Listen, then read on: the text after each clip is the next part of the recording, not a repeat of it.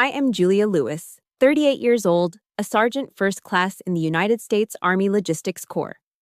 I have spent my entire youth coordinating ammunition in the harshest combat zones, places where a single calculation error is paid for in blood. But no mortar shell has ever caused as much damage as the moment my husband, Kevin, leaned into my ear in the hallway of the federal courthouse and hissed, "I'm going to strip you of everything. You're just a coarse, rough woman. I need someone who brings me status, not a pack mule."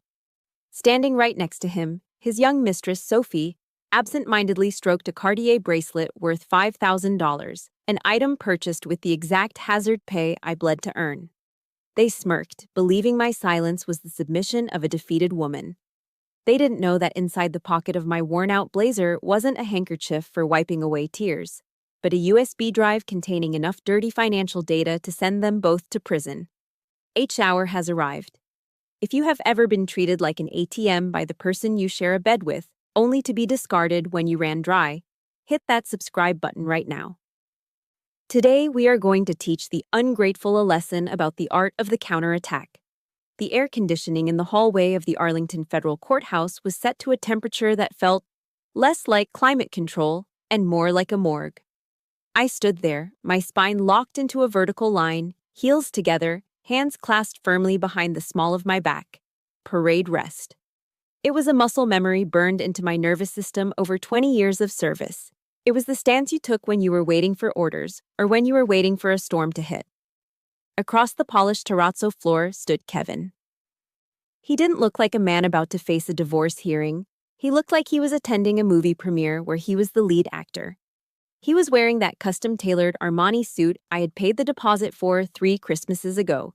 His hair was slicked back with enough product to withstand a hurricane, and the scent of his Tom Ford cologne was so aggressive it was practically assaulting my nostrils, overpowering the sterile, chemical smell of the courthouse floor cleaner. Hovering next to him was Sophie Lane. She was wearing a white dress that was tight enough to cut off circulation and short enough to be questionable for a federal building. But it did exactly what it was designed to do: show off the long legs that Kevin had become obsessed with. They were whispering to each other, sharing a private joke. Sophie's giggle echoed off the marble walls, a high-pitched, scratching sound like metal dragging across glass. They looked at me not with anger, but with something far worse: indifference. To them, I was just an old piece of furniture that needed to be hauled away to the dump. Kevin broke away from her and sauntered toward me. He didn't stop at a respectful distance. He invaded my personal space, using his 6'2" frame to loom over me, a tactic he used to intimidate subordinates in the corporate world.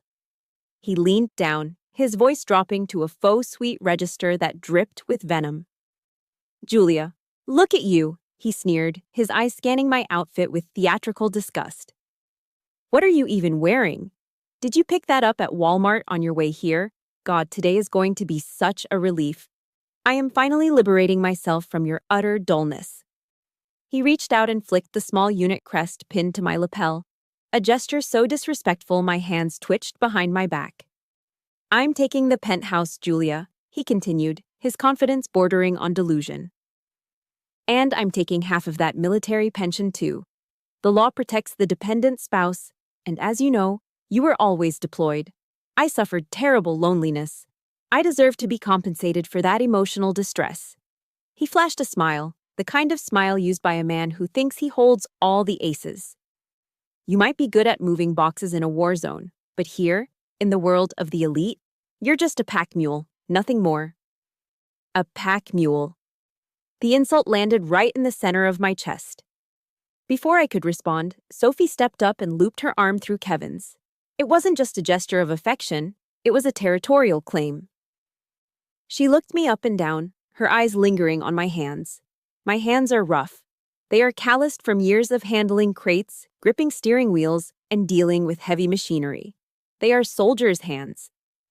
She reached up to smooth a stray hair behind her ear, a deliberate motion meant to draw my eye to her wrist. There, glinting under the harsh fluorescent lights, was a gold bracelet studded with sapphires. "Don't be too stressed, Julia," she said, her voice sugary and patronizing. "Kevin told me how resilient you are. I'm sure you'll be totally fine living in Well, some government housing somewhere. My breath hitched in my throat. I recognized that bracelet. I'd seen the exact design in a catalog Kevin had left on the coffee table. The price tag was seared into my brain. $6,500. That number wasn't just a price. It was specific. It was the exact amount of the hazard pay and hostile fire bonus I had received after the mortar attacks in Syria last year. I had transferred that money into our joint savings account to pay off his credit card debt. That wasn't just gold on her wrist. That was my blood money. That was the compensation the government gave me for nearly dying, and now it was dangling from the wrist of the woman sleeping with my husband. The blood rushed to my face, hot and violent. But I didn't break my stance. A soldier never gives the enemy the satisfaction of seeing them bleed. I inhaled sharply through my nose, forcing the rage down into the pit of my stomach, compressing it into fuel. At that precise moment, a shadow fell over us. Mr. Harold Whitman, my attorney, stepped into the circle. Harold didn't wear Armani. He wore a suit that looked like it had been bought during the Reagan administration, carrying a leather briefcase that was battered and scarred. But his black leather shoes were shined to a mirror polish that would make a drill sergeant weep with joy. Harold was a Vietnam vet, a former Marine who had seen things Kevin couldn't even imagine in his nightmares. Harold didn't even acknowledge Kevin or Sophie. He didn't look at them. He stood shoulder to shoulder with me, staring straight at the heavy oak doors of the courtroom. Sergeant Lewis, Harold's voice was a low rumble, like distant thunder. Is the ammunition loaded? I finally unlocked my gaze from the bracelet and looked Kevin dead in the eye. For the first time in months, he didn't see the sad, tired wife begging for affection. He saw Sergeant First Class Lewis. My eyes were cold, empty. Roger that, sir, I replied, my voice steady as a flatline. Locked and loaded. Safety is off. Kevin frowned, a flicker of confusion crossing his perfectly groomed face. He didn't understand the code. He didn't know that the ambush was already set. The bailiff opened the heavy double doors. All rise, a voice called out from inside. The battle had begun. My mind drifted back 6 months to a Thanksgiving that felt less like a holiday and more like an endurance test. The memory hit me with the distinct smell of roasted poultry and expensive perfume, a nauseating combination that still makes my stomach turn. Our penthouse in Arlington, the one with the panoramic view of the Potomac that Kevin loved to post on Instagram, was packed. On paper, the deed had both our names on it. In reality, every single mortgage payment was auto-drafted from my military salary. But looking around that evening, you would have thought Kevin was the Emperor of Virginia. The living room was filled with his entrepreneur friends, men in loafers with no socks, and women who looked like they stepped out of a catalog, sipping glasses of oaky Chardonnay and laughing about market volatility. I, on the other hand, was in hell. Or rather, the kitchen. The oven was blasting heat into the small space, turning it into a sauna. I was wrestling a 20-pound turkey out of the roasting pan, sweat trickling down my spine and soaking into my shirt. My lower back throbbed, a persistent reminder of a Humvee rollover in Iraq 3 years ago that the VA was still processing. I gritted my teeth, ignoring the pain, and glanced through the pass-through window. Kevin was holding court in the center of the room. He had a crystal wine glass in one hand, his face flushed red with excitement and alcohol. He was telling a story, gesturing wildly, completely oblivious to the fact that his wife was 10 feet away, doing the work of a catering crew for free. To him, I wasn't his partner. I was the help. Suddenly, the kitchen door swung open. It was Brenda, the wife of one of Kevin's potential investors. She looked lost, holding an empty glass of ice. "Oh, Julia," she exclaimed, her eyes widening as she saw me wiping grease off my forehead with the back of my hand. "You're working so hard back here. You know, Kevin mentioned you work for the government. Is it clerical work? Archives?" I paused, forcing a polite smile onto my face. "No, actually, I'm a sergeant first class in logistics. I manage supply chains for—" "Julia!" Kevin appeared in the doorway like he had been summoned by a silent alarm. He cut me off mid-sentence, his voice booming with forced cheerfulness, but his eyes were hard, warning me to shut up. She handles inventory paperwork, Kevin said, dismissing my entire career with a wave of his hand. He walked over and draped an arm around my shoulders, his fingers digging into my trapezius muscle hard enough to bruise. It looked like a hug. It felt like a muzzle. You know how the Army is. It's all very manual, bureaucratic. Not exactly the high-level strategic business mindset we operate on, right, guys? He laughed, and the group in the living room laughed with him, a chorus of obedient sycophants. Julia doesn't really get macroeconomics, he added, squeezing my shoulder tighter. She's just really good at roasting birds. The room erupted in laughter again. I stood there, frozen, the heavy turkey platter burning my hands through the oven mitts. I felt like I had been slapped. My 20 years of service, my rank, my expertise, reduced to roasting birds because my husband was ashamed of having a wife who wore combat boots instead of Louboutins. The night dragged on. I carried out trays of stuffing and mashed potatoes, trying to make myself invisible. As I refilled wine glasses, I heard Kevin's voice rise above the din. Yeah, this place was a little gift I bought for the wifey, he announced, gesturing grandly at the floor-to-ceiling windows. Crypto had a monster year. I'm actually thinking of trading in the sedan for a new BMW next month. Something that matches the lifestyle, you know. A gift? I nearly dropped the gravy boat. He was lying, boldly, shamelessly lying. The down payment for this condo came from my grandmother's inheritance, money she had saved her entire life from working in a textile mill. The monthly payments came from my paycheck. Kevin hadn't contributed a single dime to this property unless you counted the hideous, abstract art he insisted on buying for the hallway. He was building a monument to his own success using my sweat and my grandmother's legacy as the bricks. I looked at his friends, gazing at him with admiration, eating the food I cooked, sitting in the home I paid for, and honoring the parasite who was bleeding me dry. By the time the last guest left, the silence in the apartment was deafening. The only sound was the dishwasher humming. The kitchen was a disaster zone of dirty plates and wine stains. Kevin loosened his tie and flopped onto the Italian leather sofa, scrolling through his phone. He didn't offer to help. He never did. Kevin, I said softly, my voice raspy from exhaustion. I saw the bank statement today. The interest rates on the credit card are going up again. Maybe we could scale back on the parties for a while? He didn't even look up. He let out a groan of annoyance. Money, money, money, he snapped, throwing his phone onto the cushion. God, you are such a buzzkill, Julia. Do not bring that poverty mindset into this house. Tonight was about networking. It's an investment. You have to spend money to make money. He stood up, glaring at me with genuine disdain. I'm sleeping in the guest room, he muttered, walking past me without a backward glance. You ruin everything with your penny pinching. Clean this mess up. The bedroom door slammed shut. I stood alone in the middle of the dark living room, watching my reflection in the glass window. I looked tired. I looked old. And for the first time, the truth hit me with the force of a physical blow. I didn't have a partner. I didn't have a family. I was just a host body for a very large, very well-dressed parasite. If you've ever felt alone in a room full of people because your partner made you feel small, or if you've ever had your hard work claimed by someone else, I need you to know you aren't crazy.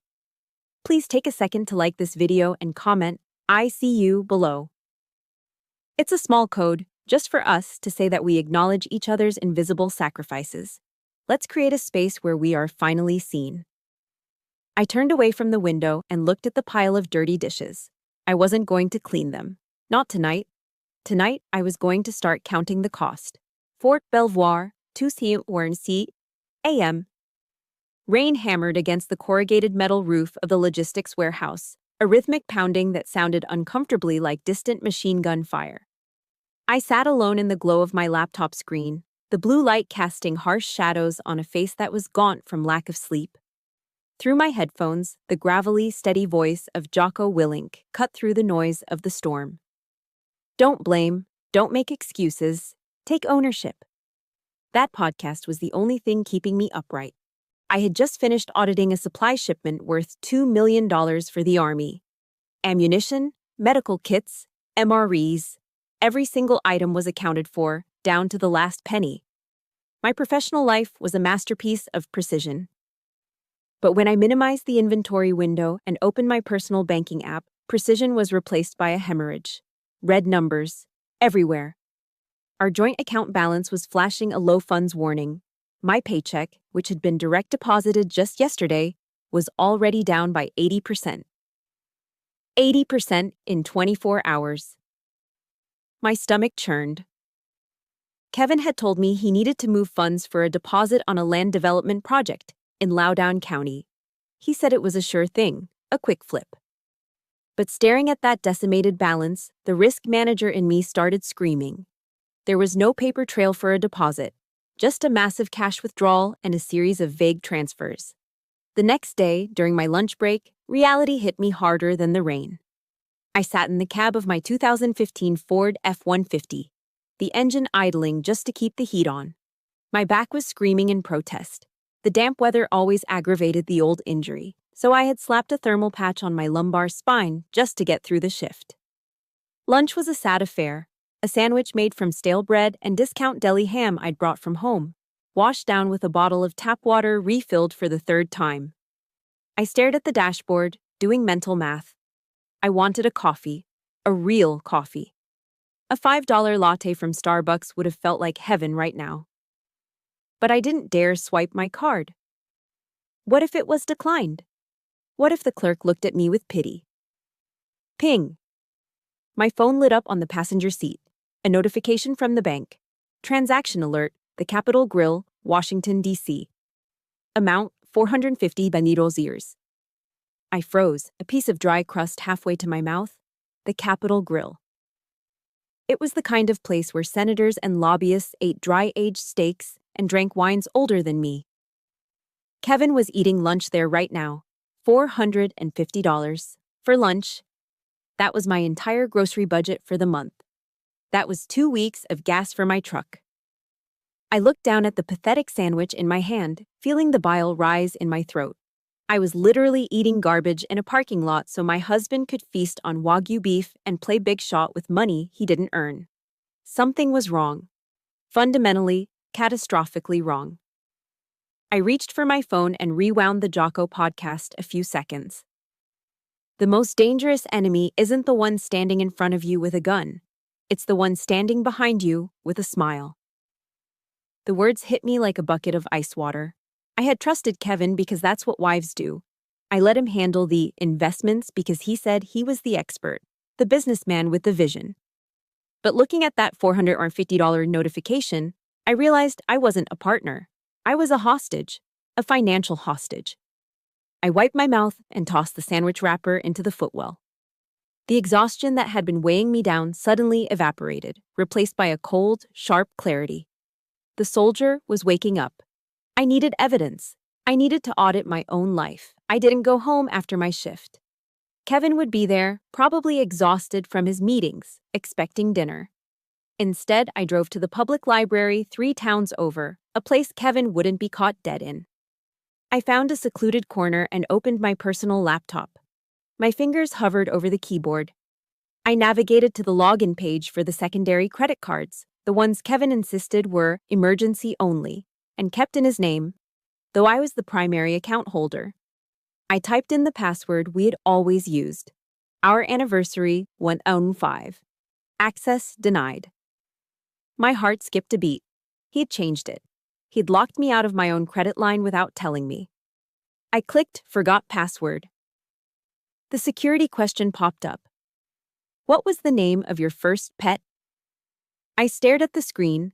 Kevin didn't have a first pet, but he had a first love, a high school girlfriend he talked about way too much when we first started dating. Her dog's name was Buster. It was a long shot, a guess born of suspicion and cynicism. I typed it in, Buster, access granted. The dashboard loaded and the list of transactions unspooled down the screen like a receipt from hell. There was no land deal. There was no real estate investment. Instead, I saw a litany of betrayal.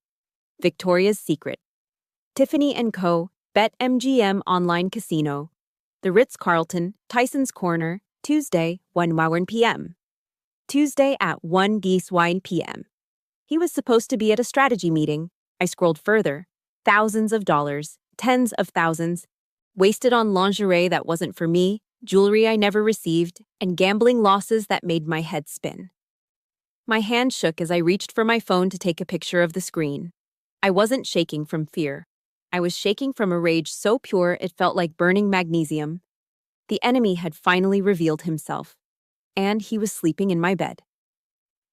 I did not drive to K Street in downtown Washington, D.C., where the glass-walled law firms charge $500 an hour just to watch you cry while they check their Rolexes. I didn't need a lawyer who saw me as a billable hour. I needed someone who understood the code. Instead, I drove my truck to the outskirts of Arlington, pulling into the gravel lot of VFW Post 150. The Veterans of Foreign Wars Hall didn't look like a place of salvation. It was a low-slung brick building with a faded sign and a parking lot full of domestic pickups and motorcycles. Inside, the air was thick with the smell of stale cigarette smoke, old wood polish, and cheap beer. A scent that would send most of Kevin's friends running for the hills. But to me, it smelled like safety. It smelled like truth. Harold Whitman was sitting at the far end of the bar, polishing his bifocals with a cocktail napkin. Harold was a former Marine infantry officer who had done 2 tours in Vietnam before putting himself through law school on the GI Bill. Now, he specialized in defending service members who were being screwed over by the system, or their spouses. He looked up as I walked in. My eyes were puffy from crying in the truck, but I held my posture rigid, trying to project strength I didn't feel. Harold didn't offer a platitude. He didn't ask, "How are you?" because he could see the answer written on my face. He simply slid a coaster across the bar, placed a cold bottle of beer on it, and spoke in that gravel mixer voice of his. "Sit down, Sergeant," he grunted. "You look like you just walked through a minefield without a metal detector." I sat on the cracked vinyl stool and placed the stack of papers I had printed from the library onto the sticky bar top. My hands were shaking so bad the papers rattled against the wood. "He says I'm paranoid, Harold," I whispered, my voice threatening to crack. "He says I don't know how to manage money. He says I'm crazy." Harold put his glasses on and pulled the stack toward him. He didn't look at the numbers like an accountant. He looked at them like a recon scout analyzing a terrain map for enemy positions. His thick gray eyebrows furrowed as he flipped page after page. "Victoria's Secret," he read aloud, his tone flat. "Day spa packages, first-class tickets to Vegas on a Tuesday." He stopped and looked up at me over the rim of his glasses. The compassion in his eyes was there, but it was overshadowed by a cold, hard fury. "Julia," he said firmly, "this isn't poor management. This isn't you being crazy. This is a systematic extraction of assets. He isn't just spending your money, he's bleeding you dry." Hearing someone else say it, hearing a man of honor call it what it was, broke something inside me. The dam finally burst. I put my head in my hands and let out a sob that I had been holding back for 6 months. It wasn't a cry of weakness. It was the terrifying relief of validation. I wiped my face quickly, embarrassed by the outburst. Instinctively, I pulled my hands off the table and tucked them into my lap. I hated my hands. They were rough, dry, and scarred from years of loading pallets and fixing engines. Kevin had always made a point of staring at them with disgust, telling me they didn't deserve to wear the diamond ring he had bought on credit. Harold noticed the movement. He reached across the bar and gently grabbed my wrist, pulling my hand back onto the table. He turned my palm up, tracing a calloused ridge on my thumb with his own scarred finger. "What are you hiding these for?" he asked, his voice stern, like a commanding officer correcting a trooper. "Are you ashamed of labor? Are you ashamed of serving your country?" I shook my head, unable to speak. "These hands loaded ammunition to keep boys alive overseas," Harold said, looking me dead in the eye. "These hands paid the mortgage. These hands are more beautiful than any manicured set of claws you see on those women in D.C. Don't you ever let a bastard who has never held a rifle tell you what your value is." The words hit me like a jolt of electricity, traveling straight down my spine. The shame that Kevin had carefully cultivated in me for years began to crack. Harold wasn't just my lawyer. He was the father figure I desperately needed, reminding me of who I was before I became Kevin's ATM. Harold reached into his battered briefcase and pulled out a small black notebook. He slid it across the bar to me. "Listen to me, Sergeant," he said, shifting into tactical mode. "Do not go home and scream. Do not throw his clothes on the lawn. Do not confront him, not yet. The enemy is strongest when he knows you are angry because he knows he can manipulate that anger." He tapped the notebook. "You are going to use a tactic called gray rock. You are going to become as boring, as unreactive, and as dull as a gray rock on the side of the road. If he baits you, you say nothing. If he insults you, you nod. You let him think you are a stupid, submissive sheep. You let him get overconfident." Harold leaned in, his eyes hard as flint. "You document everything in this book. Every time he leaves the house, every lie he tells, every dime he spends. You gather your intel. And you stay silent. We wait until he is completely exposed, and then—" Harold paused, a grim smile touching his lips. "Then we drop the bomb." I picked up the black notebook. It felt heavy in my hand, like a weapon. I nodded, tucking it into the inside pocket of my jacket, right over my heart. "Roger that, sir," I said. "Operation Balance has begun." I walked out of the VFW and into the gray Virginia afternoon. The sky was overcast, but for the first time in a long time, the fog in my head was gone. I had a mission, and I wasn't fighting alone anymore. When I unlocked the front door of the penthouse, Kevin was waiting for me. He was standing in the foyer holding a massive bouquet of long-stemmed red roses, wearing a smile that was bright enough to blind oncoming traffic. It was the same smile that had charmed me 10 years ago, back when I thought he was a misunderstood genius. Now, looking at him under the cold LED lights of our hallway, it just looked like the smile of a used car salesman trying to offload a lemon with a cracked transmission. "I'm sorry about the other night," he said, his voice dropping into that smooth, practiced register he used for clients. "I've been so stressed with the market. I just want to secure our future, you know? I shouldn't have snapped at you." He thrust the bouquet toward me. In psychology textbooks, this is called love bombing. It's a classic manipulation tactic. The narcissist senses their victim is pulling away, so they flood them with affection and gifts to reel them back in, to reset the cycle of abuse. He could feel the distance I had put between us, and he was yanking on the leash. I took the flowers. My face remained completely neutral. I didn't smile. I didn't frown. I became exactly what Harold had told me to be, a gray rock. "Thanks," I said, my voice flat and uninteresting. "They're nice." I turned my back on him before he could lean in for a hug, walking straight to the kitchen to find a vase. I could feel his eyes boring into my back, confused by the lack of emotional payoff. He wanted gratitude, or he wanted an argument. He didn't know what to do with indifference, but Kevin wasn't one to give up easily. He followed me into the kitchen, reaching into his pocket and pulling out a small, elegantly wrapped black box. "I got this for you, too," he said, sliding it across the granite counter. "A new perfume. Something a little more sophisticated than that machine oil smell you always seem to carry around." I untied the ribbon and opened the box. Chanel No. 5. It was expensive, it was classic, and it was exactly the kind of gift you give someone when you don't know them at all. Or worse, when you don't care. I am allergic to the aldehydes in Chanel No. 5. It gives me a migraine within 10 minutes and makes my throat close up. Kevin knew this. We had left a dinner party 3 years ago because the hostess was wearing too much of it. He hadn't bought this for me. He bought it because he liked the smell.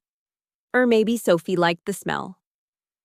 Or maybe it was just a gift with purchase he got for free when he bought something for her, and he figured he could toss the scraps to his wife to keep her quiet.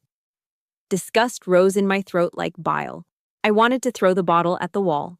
Instead, I carefully closed the lid and placed it on the counter. "I'll save it for a special occasion," I lied. Kevin nodded, looking satisfied. He believed he had successfully purchased my silence with a bottle of poison. Dinner was a quiet affair. I had refused to cook, citing a late shift, so we were eating delivery pizza straight from the box. Kevin hated eating pizza without a plate, but I didn't get up to fetch one. Midway through his third slice of pepperoni, he wiped his mouth and looked at me with faux concern. Here it came. The gaslighting. "You know, Julia," he started, tilting his head. You've been acting really strange lately. You're so withdrawn, sullen. Are you sure you aren't depressed? I know deployment can mess with your head. He paused, letting the implication hang in the air. I have a buddy who knows a great therapist, he continued. Maybe you should go talk to someone. You seem unstable. My hand tightened around my water glass. He was trying to plant the seed. He wanted to label me as mentally unstable or depressed, so that if I ever tried to expose him, no one would believe me. Oh, poor Julia. She's just having a breakdown. She's imagining things. I chewed my pizza slowly, forcing myself to swallow. I looked at him, but I didn't really see him. I looked through him, staring at the wall behind his head. I'm fine, Kevin, I said, my voice monotonous. Just busy at work. End of fiscal year inventory. Kevin frowned. His brow furrowed in annoyance. He wasn't getting the reaction he craved. He wanted me to cry, to deny it, to fight back so he could call me hysterical. My silence was starving him. It was driving him insane. That night, the bedroom was suffocating. I lay on my side of the bed, facing the window, my back to him. Kevin fell asleep almost instantly, snoring loudly and rhythmically, like a toddler without a care in the world. How could he sleep? How could he lie there, comfortable in the bed I bought, in the house I paid for, after spending the day lying to my face? I stared into the darkness, my eyes wide open. On the nightstand, Kevin's phone buzzed. Once. The screen lit up the room with a harsh white glow for a split second before going dark again. It was 2:00 in the morning. I didn't need to be a detective to know who was texting him at this hour. My heart hammered against my ribs, a frantic drumbeat of adrenaline. Every instinct in my body screamed at me to grab the phone, to wake him up, to scream at him until he confessed. But I didn't move. Harold's voice echoed in my head. Wait until he is exposed. Don't let him manipulate your anger. I couldn't act on a hunch. A late-night text could be explained away as a wrong number or spam. I needed physical evidence. I needed something tangible, something he couldn't gaslight his way out of in a courtroom. I waited. 5 minutes. 10 minutes. Kevin's breathing deepened into the heavy, slack-jawed snore of deep REM sleep. Slowly, carefully, I slid out from under the duvet. My bare feet touched the cold hardwood floor. I didn't make a sound. I moved with the silent precision of a soldier on patrol in enemy territory. I crept out of the bedroom and headed toward the laundry room. It was time to see what secrets he was carrying in his pockets. 3:00 in the morning. The basement laundry room was silent except for the low hum of the dehumidifier. I stood over the pile of dirty clothes, sorting whites from darks. It was a mundane task, but 20 years in the Army had drilled a specific habit into me: always check your gear. Before you wash a uniform, you check the pockets for live rounds, lighters, or sensitive intel. Before you wash a suit, you check for receipts. I picked up the navy blue blazer Kevin had worn to his late meetings yesterday. He always threw his clothes in a heap, confident that the laundry fairy, me, would take care of it. My hand slid into the inner breast pocket. I felt something stiff.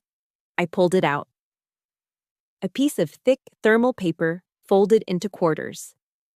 As I unfolded it, a scent wafted up to my nose. It wasn't the metallic smell of ink, and it certainly wasn't the Chanel No. 5 he had gifted me earlier. It was vanilla. Sickly sweet, cloying vanilla. The kind of cheap body spray teenagers wear. My heart began to beat faster, a heavy thud-thud-thud against my ribcage like a war drum. I smoothed the receipt out under the harsh white glare of the fluorescent tube light overhead. Cartier, Tyson's Corner Galleria. Date, yesterday. Time, 2:30 p.m. Item, love bracelet, 18K gold. Total, $6,500. The world seemed to tilt on its axis. My ears started ringing. $6,500. That number wasn't random. It was precise. It was the exact sum of the hazard pay and hostile fire bonus I had received last month after my deployment to Iraq. That money was blood money. I had earned it while mortar shells were raining down on our compound.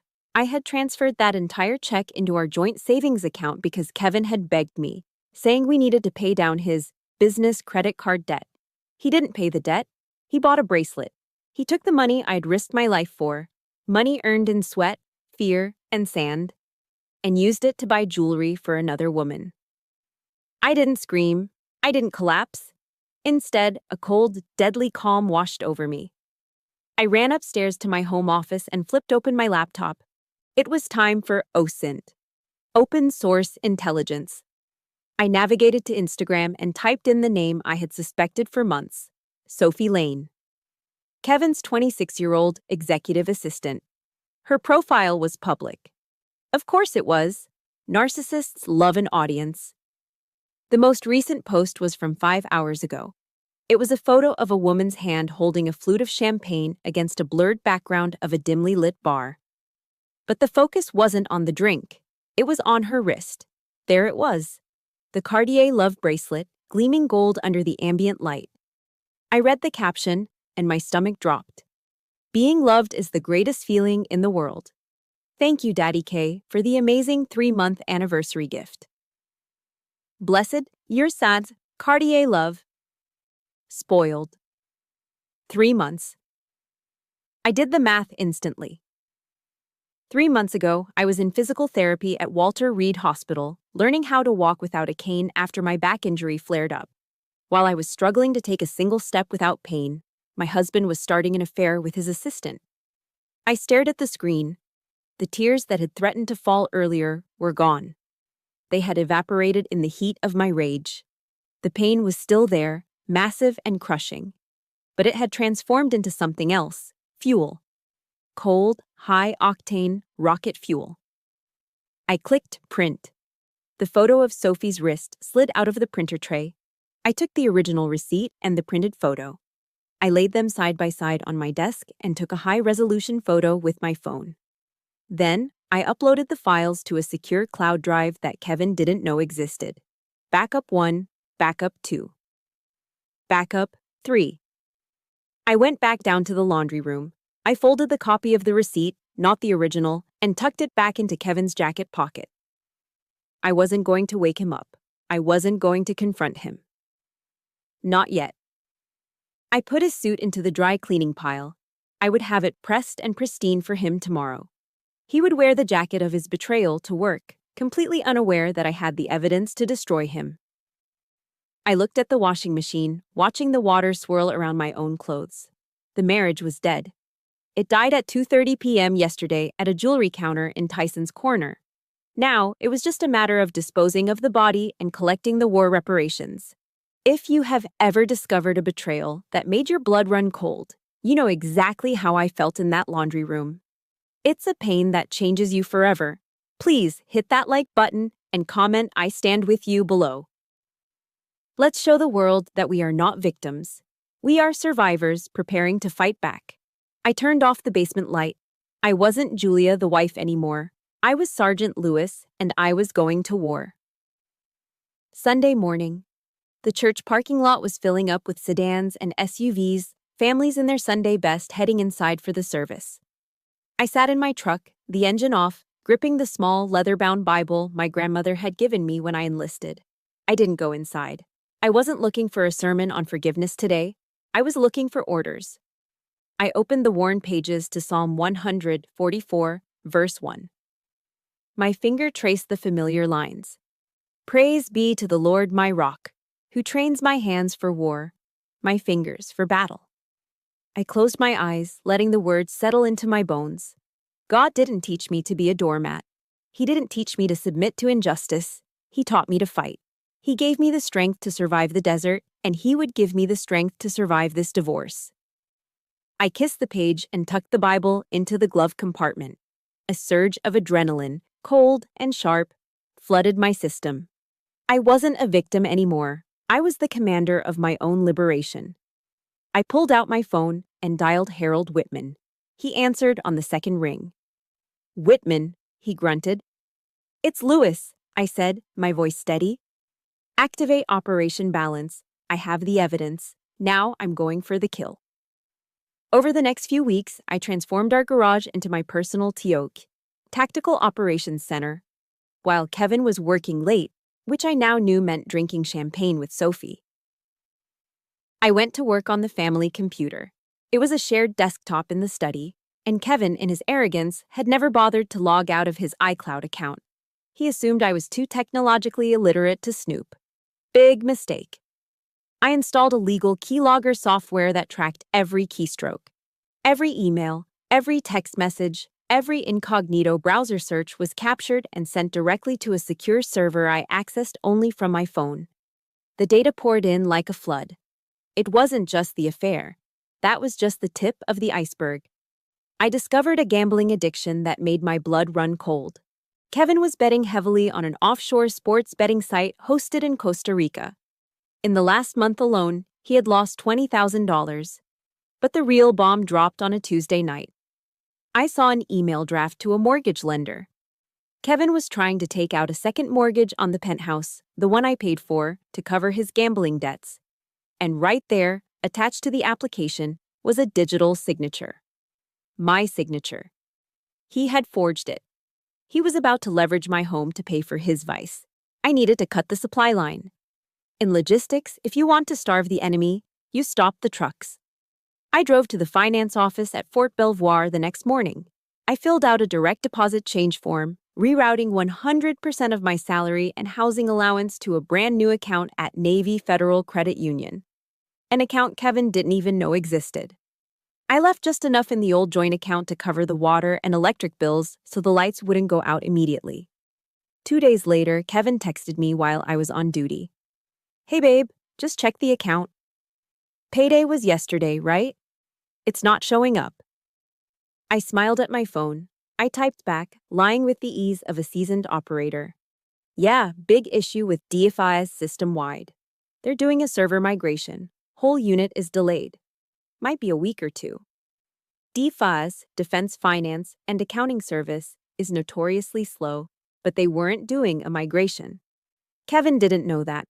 He had never taken 5 minutes to learn how military pay worked. "Ugh. Typical government incompetence," he replied. "Let me know when it drops." He bought it. Hook, line, and sinker. He was about to starve to death financially, and he didn't even know the famine had started. Fast forward to the night before the court hearing. We are back to the present timeline, just hours before the confrontation in the hallway. The penthouse was quiet. Kevin was in the bedroom, packing a small bag for what he called a business trip, but what I knew was a celebratory weekend with Sophie. He was humming to himself, picking out ties, radiating the confidence of a man who thinks he has already won. He thought tomorrow he would walk into court, paint me as the neglectful, absent soldier wife, and walk out with half my pension and the keys to the condo. I sat in the living room, holding a small silver USB drive in my hand. It felt light, insignificant, but inside it held the weight of a nuclear warhead.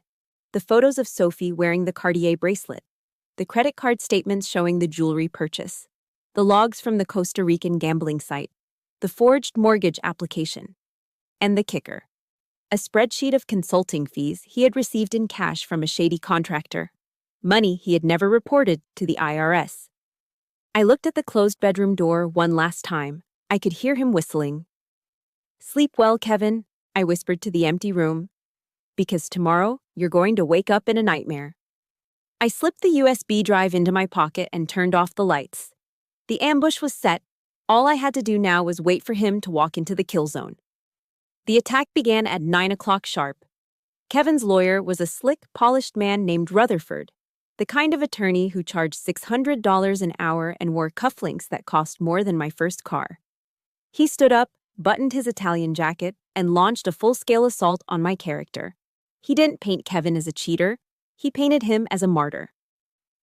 According to Rutherford, Kevin was a devoted husband who had sacrificed his own career potential to support a wife who was married to the military. Then he went for the jugular. "Your Honor," Rutherford said, his voice dripping with faux concern. "My client has lived in fear for years. Sergeant Lewis brought the war home with her. She is cold, distant, and prone to aggressive outbursts. Her PTSD makes her a danger to the emotional stability of this household. Kevin sought companionship elsewhere, only because he was terrified of the stranger sleeping in his bed. I sat there, my hands clenched into fists beneath the mahogany table, my knuckles turning white. Kevin was sitting next to him, head bowed, dabbing at dry eyes with a pristine white handkerchief. It was a performance worthy of an Academy Award. In the gallery behind him, Sophie Lane was slouched in her seat. She wasn't even watching the proceedings. She was holding her phone low, recording a stealth video for TikTok, probably captioning it with something about winning and securing the bag. She thought this was over. She thought they had already won. I took a deep breath. Let them expend their ammo, I thought. Let them run dry. When Rutherford finally sat down, looking smug, Harold Whitman stood up. He didn't have a team of paralegals. He didn't have flash. He just picked up his battered laptop and walked to the podium. "Your Honor," Harold rumbled, his voice filling the room, "we don't have tears today. And we don't have stories. We have math." He plugged an HDMI cable into his laptop. The massive screen on the wall flickered to life. "Exhibit A," Harold announced. A complex, color-coded spreadsheet appeared. It was a forensic accounting of our joint finances over the last 5 years. "This is a cash flow analysis," Harold explained, using a laser pointer to trace a thick green line. "This green line is Sergeant Lewis's military salary and her inheritance from her grandmother. It flows into the joint account." He moved the pointer to a spiderweb of red lines shooting out of the account. "And these red lines," Harold continued, his voice hardening, "are unauthorized withdrawals. These are not household expenses. These are transfers to hidden accounts, crypto wallets, and luxury merchants. This is not a marriage, Your Honor. This is an embezzlement scheme." Kevin's head snapped up. The sorrowful act vanished instantly, replaced by genuine shock. He stared at the screen, watching his secret financial life displayed in high definition. He had deleted his browser history, but he forgot that bank servers never forget. "Let's look at the specifics," Harold said. He clicked the remote. The screen changed.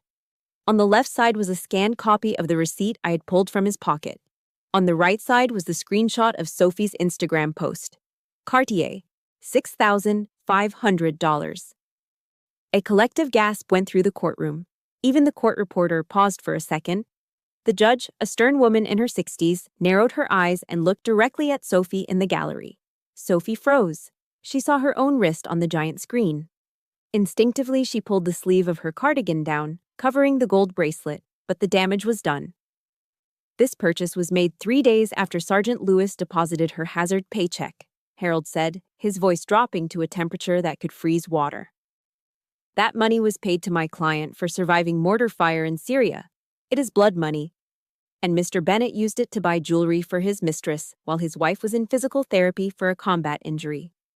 "Objection!" Kevin shouted, jumping out of his chair. "That's a lie! That account was for investment." Crack! The judge's gavel came down like a gunshot. "Sit down, Mr. Bennett," she barked. "One more outburst, and I will hold you in contempt." Kevin collapsed back into his chair. His face was crumbling. The confident, arrogant narcissist was gone. He looked around the room, desperate for an ally, but all he saw were eyes filled with disgust. "We aren't done," Harold said. "Exhibit C." The screen changed one last time. This was the kill shot. It was a log of transactions from the Costa Rican gambling website, paired with a series of cash deposits into Kevin's personal account that did not match his employment records. "Your Honor," Harold said, turning to face the judge. "Mr. Bennett has lost over $20,000 in online sports betting in the last month alone. Furthermore, these cash deposits suggest he has been receiving kickbacks from contractors that have not been reported to the IRS." The air left the room. Tax evasion. It's one thing to cheat on your wife. It's another thing entirely to cheat the United States government. Kevin's face went from red to the color of old paper. Beside him, his expensive lawyer dropped his head into his hands, rubbing his temples. He knew it was over. He wasn't just losing a divorce case. His client was potentially facing federal prison time. I looked at Kevin. For a split second, our eyes met across the aisle. He looked terrified. He looked small. I didn't smile. I didn't gloat. I just gave him a tiny, almost imperceptible nod. This is what happens, I thought, when you declare war on logistics. I didn't just want my money back, I wanted the truth. And looking at the ruins of his reputation splattered across that projection screen, I knew I had finally gotten it. The judge delivered her verdict with the precision of a surgical airstrike. She didn't waste time with lectures. She simply looked at the financial carnage projected on the screen and issued her orders. 1. The penthouse in Arlington was awarded 100% to me. Kevin had 48 hours to vacate the premises. 2. Kevin was ordered to reimburse the marital estate $50,000 for dissipation of assets, legal speak for spending our money on his mistress and his gambling addiction. 3. Kevin would assume sole liability for his personal credit card debt and the lease on the BMW he loved so much. I walked out of the courtroom feeling lighter than I had in a decade. It felt like I had just taken off a 50-pound rucksack after a 20-mile march. The air in the hallway, which had felt like a morgue just an hour ago, now felt crisp and clean. Kevin stumbled out behind me. He wasn't walking with that swagger anymore. He looked like a man who had just survived a car crash but hadn't realized he was bleeding internally. He was pale, his tie was crooked, and his eyes were wide with shock. Down the hall, Sophie Lane was waiting near the elevators. She was tapping furiously on her phone, scrolling through Uber options. She didn't rush over to hug him. She didn't look worried. She looked annoyed. Kevin saw her and quickened his pace, desperation etched on his face. "Sophie," he called out, his voice cracking. "Sophie, wait. Let me explain. It's just a temporary setback. The judge is biased because she's a woman, but I can appeal." He reached out to grab her arm. Sophie whipped around and slapped his hand away like it was a contagious disease. Her eyes were sharp, cold, and calculating. "Are you kidding me right now?" she hissed, loud enough for the bailiffs to hear. "You're broke, Kevin. You have nothing. And now you have the IRS breathing down your neck? Do not think for a second you are dragging me down into that mud with you." She looked at him with pure disdain. The Daddy K fantasy had evaporated the moment the money ran out. "And this?" she said, unclasping the gold Cartier bracelet from her wrist. "Take it back. It's tacky. Just like you." She threw the bracelet at him. It bounced off his chest and clattered onto the terrazzo floor. Kevin didn't even try to catch it. He just stood there, staring at the woman he had destroyed his marriage for, realizing she never loved him. She loved the lifestyle he stole from me. Sophie turned on her heel, her stilettos clicking sharply as she marched into an open elevator. The doors slid shut, sealing her off from his life forever. Kevin stood alone in the hallway, a pathetic figure in an expensive suit that no longer fit the man inside it. Then, his phone rang. The shrill ringtone echoed in the silence. Kevin pulled it out of his pocket, his hand shaking so violently he almost dropped it. He looked at the screen and went even paler. I knew who it was. I stood 10 feet away, watching the final domino fall. Earlier that morning, before I left for court, I had anonymously emailed a packet of documents to the compliance department and the HR director at Kevin's investment firm. It contained the logs of his gambling addiction and the evidence of his unreported cash kickbacks. In the finance world, a man with massive gambling debt is a security risk, a liability. "Hello?" Kevin answered, his voice trembling. I couldn't hear the other side, but I didn't need to. I watched Kevin's face crumble. "Fired," he squeaked. "Effective immediately." But I've given you 10 years. No, please, let me explain." He lowered the phone slowly, staring at the black screen. The call had ended. Corporate brutality is swift. In the span of 60 minutes, Kevin had lost his wife, his home, his mistress, his reputation, and his six-figure job. This was a total narcissistic collapse. The facade he had built his entire identity around had been vaporized. He looked up and saw me watching him. For a moment, he looked like a lost child. Then, the rage returned. The last defense mechanism of a weak man. He lunged toward me, eyes red and wild. "Are you happy now, Julia?" he screamed, spittle flying from his mouth. "You ruined my life. You destroyed everything. You are evil. I didn't flinch. I didn't step back. I stood my ground, calm and immovable. I didn't ruin you, Kevin, I said, my voice steady and low. I just turned the lights on. And you just couldn't handle the glare. I took a step closer, leaning in so only he could hear me. I used the same tone he had used with me that morning, condescending, authoritative, final. Next time, I whispered, before you declare war on a logistics sergeant, make sure you check who controls your supply lines. Goodbye, Kevin. I turned my back on him. Behind me, I heard him shouting, screaming impotent curses at the ceiling. But his voice was fading. I walked toward the exit, pushing through the heavy glass doors and stepping out into the sunlight. The war was over. And I was the last one standing. 2 days after the judge's gavel fell, I stood in the center of the Arlington penthouse. It was completely empty. Kevin had moved out, but in true Kevin fashion, he hadn't done it gracefully. He had taken his clothes and his electronics, but he had left behind a chaotic mess of trash. Wire hangers scattered on the floor, empty shoeboxes, and a pile of old magazines he couldn't be bothered to carry. The air in the apartment still held a faint, lingering trace of his Tom Ford cologne.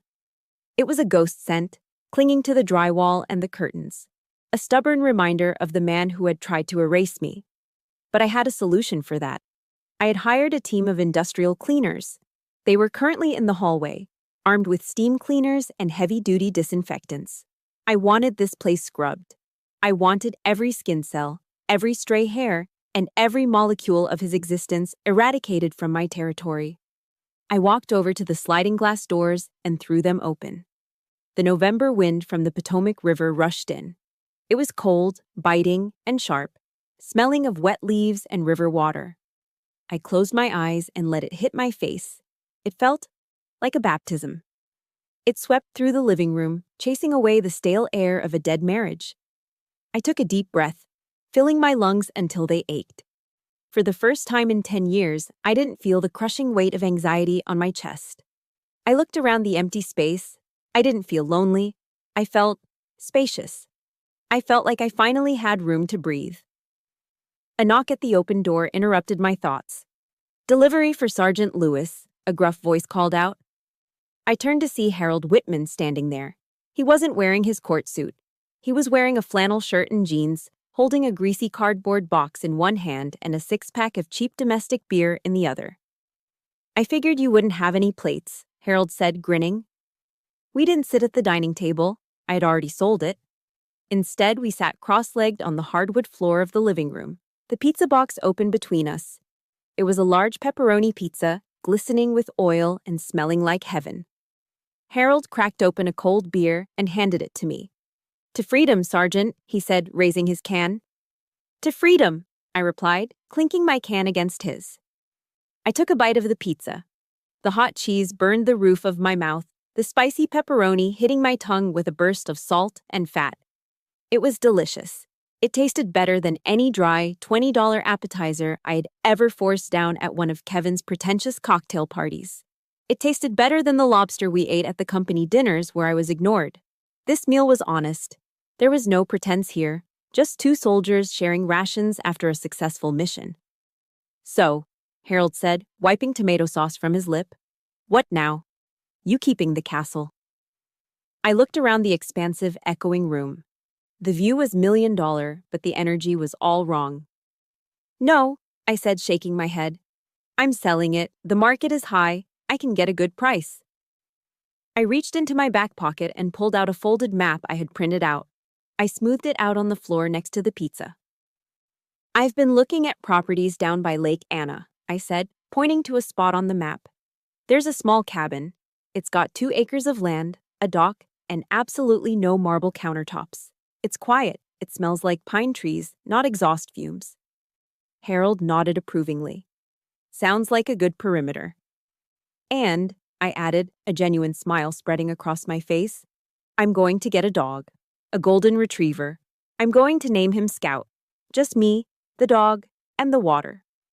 "You don't need a man in that picture?" Harold asked, his eyes twinkling. "No," I said firmly. "I don't need anyone to define my happiness anymore. I have my career. I have my own money, money that is safe in a credit union nobody knows about. And I have my freedom. I spent 10 years serving a man who saw me as an appliance. I'm going to spend the rest of my life serving myself. Harold raised his beer again. To scout, he said. To scout, I agreed. Before I left the apartment for the final time, I went into the master bathroom. The cleaners had polished the mirror until it was streak-free. I looked at the woman staring back at me. She looked different than she did 6 months ago. There were fine lines around her eyes that hadn't been there before. Her skin looked a little weathered.